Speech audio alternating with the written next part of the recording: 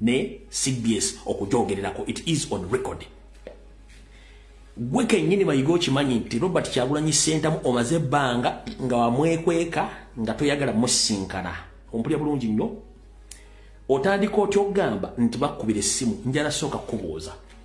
Bw'obanga olira oyo mufumbe muteeketeeke wasanya Kaulu Charles Peter Mayiga oyagala nve ku social media kuno. Njagala ondeetere essimu y'omuntu eyakubira ogende either mu MTN oba mu Airtel oba Mango ekyaliyo wasimanyi. Oba Orange ekyaliyo simanyi.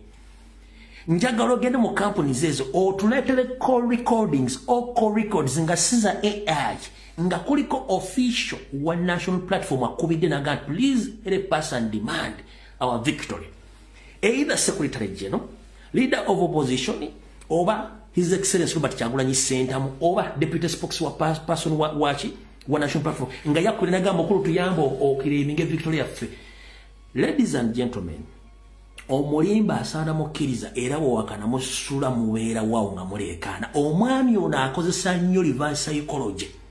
Njagala leteyo meeting, video yonna oba recording nga waliwo amukubiddamu ga mukulu tuyambe otubanjize victory yaffe nno teriiyo. 1. Twakugambanga ekintu ekikimu to condemn the kidnap, the torture.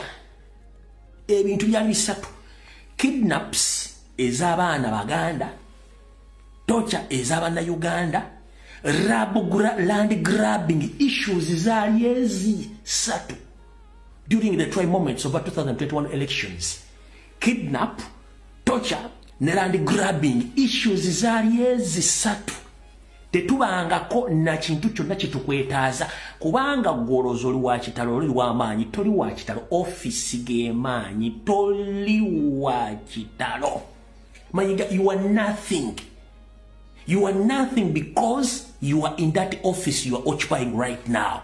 Outside that office, you are nothing, and you are nothing to Baganda and in Uganda. The reason as to why I'm stating this is because you pretend to be, or you a lawyer or professional lawyer, but you are good at pretending and lying to the public. Nobody consulted you or contacted you seeking for support to claim our victory. Never in our entire life, nobody contacted you. Ngoyagala nve ku social media ante nkufuukidde akabizi k'ebitanga. Njagala olete recording ya AI nga waliwo akubidde okusaba okugenda otwegatteko.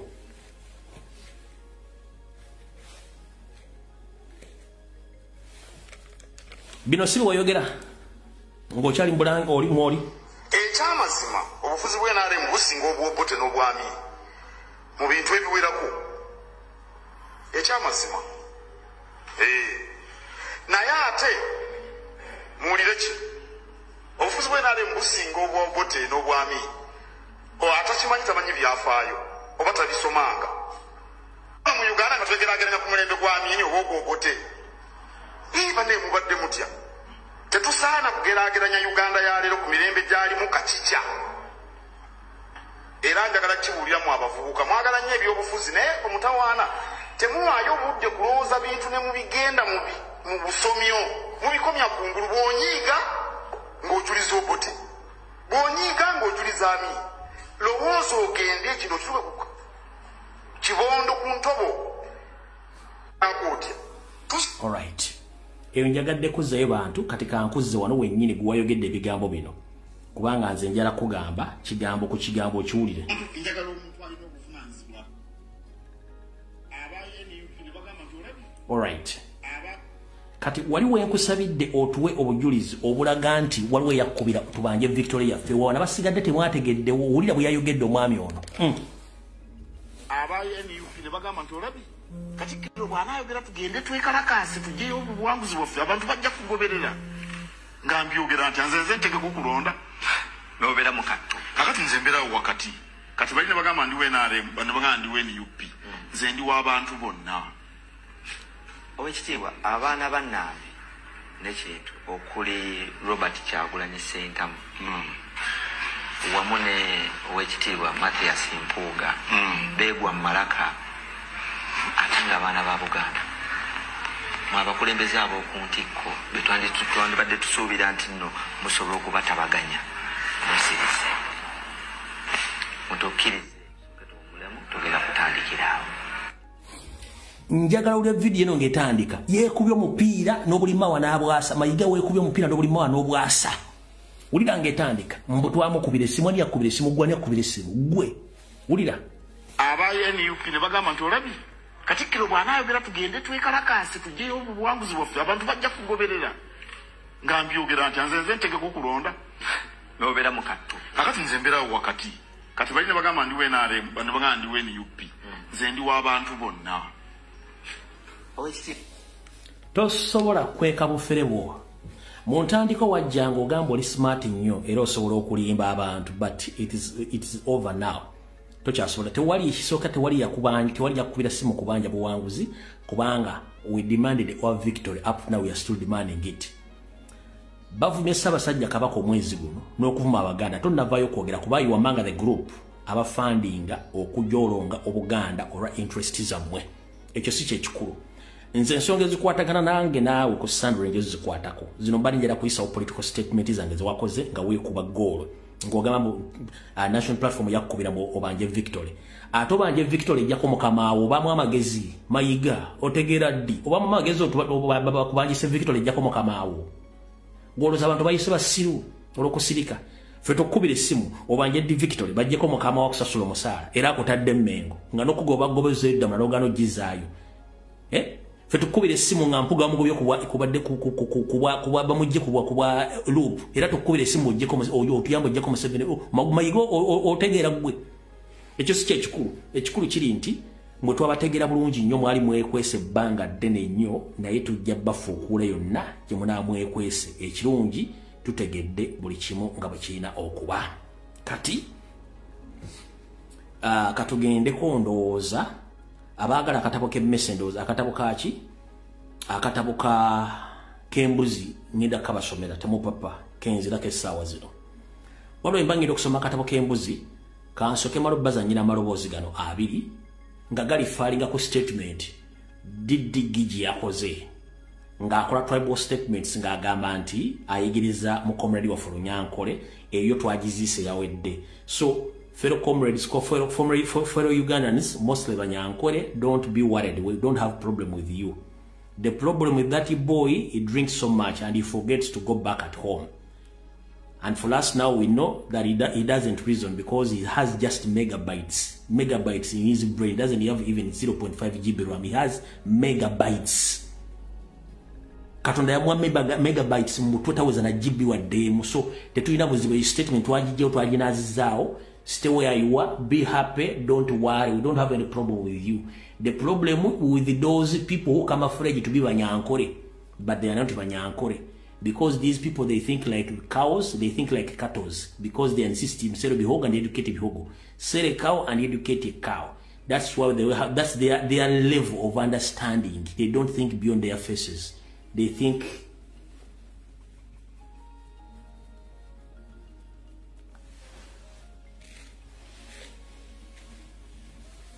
near their faces. They don't go beyond their faces. Okay. Kati omusajja bwakugamba nti omuganda yenna akyawagira Museveni oli musiru aba kitegeeza lwaki wasanya Karol Charles Peter Mayiga Ssaruga Mulengeja under the influence of Muhoozi Salimu Sale and Janet plus other mafias in Uganda who have ganged up to wipe out Baganda with their tribal statements. For us, we are very cool and easy because we are watching each and every step which is taking place in Uganda. We have been staying with a lot and different people from different parts of the air of the country because we are united as Uganda. So no one is going to create tribal statements or tribal divisions amongst Ugandans. That's why we are called Uganda and we are Baganda in Uganda, united with other tribes. Do you copy that, Muhoozi? So, please go and sleep with your drunkard brain, empty head. Tuvudewo. Mayiga olunaku lw'oluvaayo n'okola statement ng'eyogera ku bintu bino Museveni byakola tujja tegeera nti otegeera. Talking Baganda. You know he's an enemy of Baganda, number one. And secondly, an enemy of Uganda and an enemy of Africa. shall crush those enemies as we have done in the past. Yeah. You preach your nonsense, we shall answer you by word. And if you go beyond word and want something else, you will also get it. This is not the first time. We have had this before. We have had this before. Okay. We have that before. Kati omusajja wajjana gamba statement entuufu yeeno. Omuntu mu Buganda muno nga kyawagira Museveni oyo ebintu bibiri. Erina musiru nnyo oba mubi nnyo. Obadde webbanga ddene nga bakukuma enku wano mu Buganda. Kituufu mu Buganda mulimu ab'enkwe. Abo be mulaba beekuluwaisa ne Museveni be b'enkwe. Kubanga omuntu bw'akyala kufukaza nnyo ko n'ekitaawo omuntu bw'akyala kukolako ebikolobero ate ne bukulumisa naye obeera waki. Kati imagine ebikolobero bakola ku bakomredi baffe ne bannayuganda bonna okwetoola eggwanga okubagoba ku mataka obatta oba kidnappinga okubasodomayizinga naye ng'osanga omuntu akyaseka ne Museveni okwetoola eggwanga lyonna oyo abeera mulabe wo. Kati eno statement eri open eri public. This is an open statement towards all Ugandans and people who are yearning for change. According to my reliable sources, this week you witnessed the chief mobilizer of NRM Secretariat, Hadija Nansereko, who called herself Nansereko Hadija. She publicly came out and said that she had affairs with His Excellency Robert Kyagulanyi Ssentamu. That is wrong. That is propaganda and blackmail.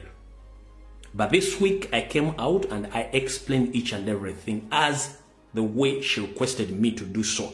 Even today I'm available to add on more information depending on her request. But be aware that so many state-staged ladies, they will come out with such a narrative that they had affair with the president in Chidam, which erenyini omukyalo oyo simanyi mobilizer wa National Advance Movement Nansereko Hadija eyita Namyalo Hadija yajja n'agamba nti president waffe yamuggyako embuzi nenge ekigambo kya buswavu era kyabuyete kirijo.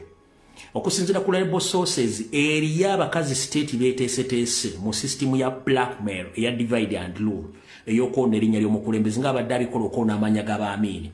Eriya abakazi bateeseteese okujja mu kwekaza ng'abasazi b'ebyayikuku okugamba nti president yabaagalako oba yalina affairs nabo bajje bakiteeke mu public era bagenda kufuna airplay ku TV ne radio station ne social media platforms zonna. So njagala mbeera aware about that kigenda kujja ko bagenda kikozesa nnyo mwezi guno ogwokutaano ogw'omukaaga ogw'omusanvu bagenda kikozesa nnyo. Kati saagala mwewuunye just kyenjagala mutegeere nti state njibeera mu maaso emirundi 10 buli lunaku. Kati kino njagadde mbawadde reference y'omukyalo no kyeyakoze n'agamba ekigambo ekyo nga kikyamu. Nze n'ansaba nzije mubuulire nga bwe naliwo nga bamuggyako embuzi nange kye nakoze ne mubuulira paati. Kati ndeesa akatabo k'embuzi akookubiri paati tu akatabo k'embuzi abamuggyako embuzi kubanga yanneesabidde saagala kubaga bigambo bino nze talina tteeka mwagenda kunvunaanira. One, nze kyonsaba ky'okuwa ninga janzi bw'onsaba olutalo ndukuleetera bw'onsaba information njikuleetera sirina kyeŋŋanira kubanga ku nsi ndi muyise enkya ŋŋenda siriiwo. Kati omukyalo ono yazze n'ayogera ebigambo abiwulidde bulungi nnyo. Ekyankutteko okugamba nti president yamuggyako embuzi ate nze naliwo mubuulira baali embuzi ne ŋŋamba of course ngenda gikubuulira. Najja n'ayogera ebigambo bingi nze sitya bigambo nkuwa facts. Kati nze n'akatabo k'embuzi abaatwala embuzi paati tu ne mujja kutya. Kati mukyala kambaddire bulungi nnyo mulingo mukyala ono ali questinga sikola information ng'oli taginsabye nga tanneeyitidde wulira. Yagambye bw'ati. Eyanzijjako virginity nga temumwogerako. Oyagala mutugamba? Kyagulanyi eyanzijjako virginity nga temumwogerako. Mwogerako mmwe byomumanyi kubanga era bwe mwakoma okutegeera. Gwe bagambye anneegaana. Twabeera nga wali eri ekamwokya nga ku Mariandi naye owa Antoine. Tebajja nga baba bayaye ba Kyagulanyi biki. Ajja osobola okuddamu statement eyo. Kati byayogera ndowooza njogera byakuddisa mwanyi mugenda kuvayo mu nvume ye njagala lumbu ye over yogera omutuufu eyanzija ku virginity. tokwata butambi buno bukookere bwe mwateekawo bweyogera ebituufu nti Kyagulanyi yeyajjako Namyalo virginity kyonsaba kyenkuwa tugenda tutandikira eno bulungi nnyo eri paati mwagiwulidde kati nze omanyi sitta kibe nga sina kikenenya ndusu taata we kennyini yababuulidde ekisole w'omukyalo ono kati kansoke mbowe taata we ng'akonfamiga part of the information gye ndaba waluli nga nsoma akatabo k'embuzi kati ne taata we kasooka akonfamingeko mugenda kuwuliramu amannya ge nayogerako ne ge ŋŋenda okuleeta olwaleero mu katabo k'embuzi ono kitaawe tulamu katono n'afuna abbe mukwaya n'amuwasa wamala okumuwasa n'abeera naye nga yampangisira ennyumba yakolaki buli kimu n'amunyanja bakoze ndika bakoze eki ne batabuka n'afuna Muzaffaru wulira mutabani wa Ndondo n'azaalayo omwana era omwana yali musini afiri muzzukulu wange kati waliwo yakukutangiri yabisomanga kiro munzikiza kati muzeeyi gwokola ki mu biseera obeerawo otya muzeeyi wano wenjagala wano tulamu katono n'afuna abbe mukwaya n'amuwasa wamala okumuwasa n'abeera naye nga yampangisira ennyumba yakolaki buli kimu n'amunyanja bakoze ndika bakoze eki ne batabuka n'afuna Muzaffaru mutabani wa Ndondo n'azaalayo omwana era omwana yali musini afiri muzzukulu wange kati waliwo yabiriwa ye paati ya information gye nabawadde kati omukyalo ono kansoke nsoma akatabo kak'embuzi ne referensi nga weeziri kansoke mbaweeko bulungi wano kuba leero nnalonde ku bifaananyi nze kasitonsaba nga nkuwa kyoyagala ye kennyini ajja kujja bamuwulire ebisigadde ku kyayagala mukyala Nansereko Hadija waŋŋamba munnange ndeeta akatabo ko ak'embuzi abaagirya wano njala public etegerete omukyalo ono alina amaka emukono wabula ekiswaza omugagga kwe kutanako entula ng'atabadde yeesoma nti alya nnyo ennyama ku kyalo kwe yagula poloti y'ettaka oba poloti kwaliko oluzzi omukukyalo ono bamukwata lubona ng'anaabira mu luzzi omukyalo bamukwata lubona ng'anaabira mu luzzi emukono ku kyalo kwawangaalira bamukwata lubona ng'anaaba abaali bazze okukima amazzi ng'anaaba bute buswa emukono abali emukono mujja kunjulira ku kyalo ekyo kyalo nja kibaleetera olunaku olulala omukyalo ono ku lukalala lwabo nga muzeeyi babagambye Muzaffaru ye musajja omu ku baali bawasizza omukyalo ono wabula Muzaffaru yalemwa obwenzi bwa Nansereko Hadija oba gomuyita Namyalo Hadija era n'amugoba nga nina bugisi mufundizi yamugobera luddawa wuliriza bulungi nnyo Muzaffaru wamala okuwasa Hadija ne bazaala n'omwana kati akulidde emyaka Muzaffaru yatandika okuwulira nti mukyala we ayenda oyo Hadija Namyalo Nansereko n'atandika omulinnya akagere era yamusanga mu bitundu by'e Kansanga mweri mu dancing hall gye bamusanga mweze muyita loogi era n'abakwata lubonda n'amusikako essimu era awo yaliko ne MP omu gwe bayita mukwaya eyali amudeddeza ebiseera ebyo oyo musajja Muzaffaru yakwata Namyalo ne MP gwe bayita mukwaya era yamukwata lubona nga bagenda kuyasa MP n'amuggyako essimu mu kumuggyako essimu Muzaffaru agenda okubikkula essimu nga buli nnamba y'omukulu mu gavumenti mu NRM ogibikkula ng'erimu message eziraga laavu esukka n'eyabikira Maria wabula Muzaffaru okugwawo ekigo yasangamu ebikolwa ebizibu nnyo nga biraga nti Kisawuvuga y'omu ku baavuga embuzi ya Namyalo n'agitwala n'agijjako omugwa n'agirekera nnyiniyo era akyatambula nayo Muzaffaru mugatteeko MP mukwaya olwo bamukwata 100 e Kansanga ng'ali naye bagenda kwesa mpiki then olyoka ogatteko Kisawuvuga Jeno Salimu Sale akandonaho naye yaliya Muzaffaru yali husband yamuzaalamu omwana naye yali nnyiniye era okuva ku olwo omusajja n'agamba Nansereko nti owaaye omusajja gwomanyi gwe bakyusa omusaayi nga bakyusa oil w'emmotoka naye munnange wamuwa embuzi nga omanyi omuntu bwe yeekaza omukyalo ne yeekaza namuga tebikwatako nze nkola byange binnyumira genda okola ebyo nziriza essimu yange omukyala bwatu nayogera n'agenda mu family aropeyo naye nga gwaloopa mu kukalu wajjo tamanyi muntu musenzi oyo mutegedde awo nsomyeyo babiri kuliko musajja mukulu eyagenze najjanjabibwa e Germany emyezi 6 n'amala n'akomawo n'azimba church mumutegedde message bazinzije kwa namba sikyaziraba nenze njabwa information kuliko musajja mukulu eyagenze e Germany bamujjanja emyezi 6 n'akomawo n'azimba church gumuyita Samu Kutesa Kahamba naye yaliya yomu kubali embuzi ya namyalo gwa lusaba nze njaddu kuleetera mpaka ku mulyango Samu Kutesa mutegedde Salimu mutegedde